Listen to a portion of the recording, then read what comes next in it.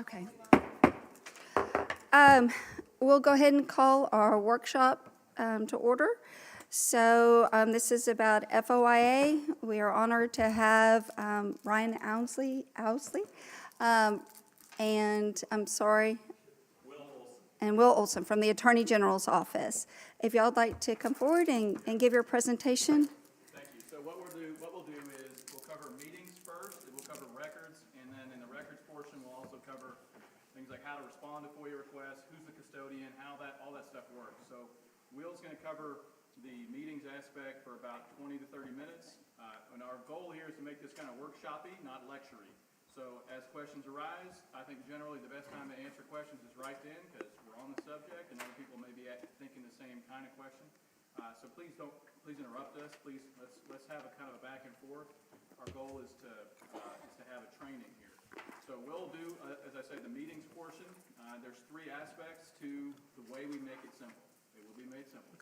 There's three ways. The main thing that we want y'all to take away from today is this three-step approach. Any FOIA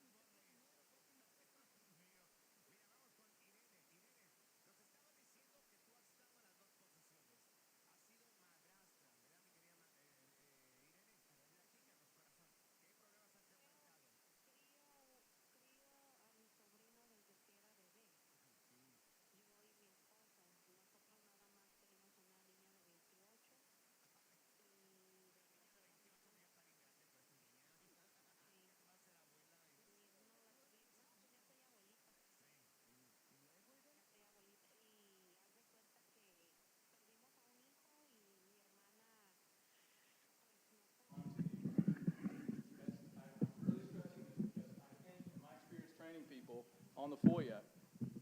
Can you all hear me back here? Yeah. Oh, great. I'm really stressing this because the majority of the confusion, I think, is found in not appreciating the sequence of FOIA issues, okay?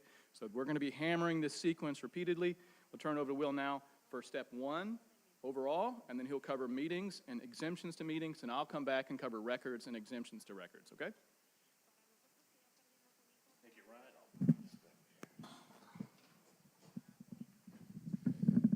All right. Can anyone hear me and see the screens?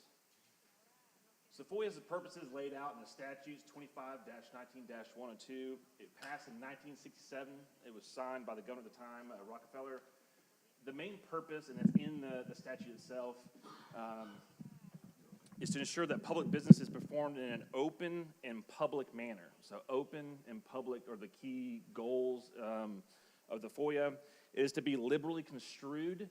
That's a legal term of art to essentially mean that it's broad, to be interpreted broadly for the spirit and purpose of the law, and interpreted most favorably to the public. And then the exceptions, which we'll get into here later, are to be narrowly construed. So again, generally speaking, liberally construed in favor of openness and most favorably to the public. So that's the general purpose, is openness and public.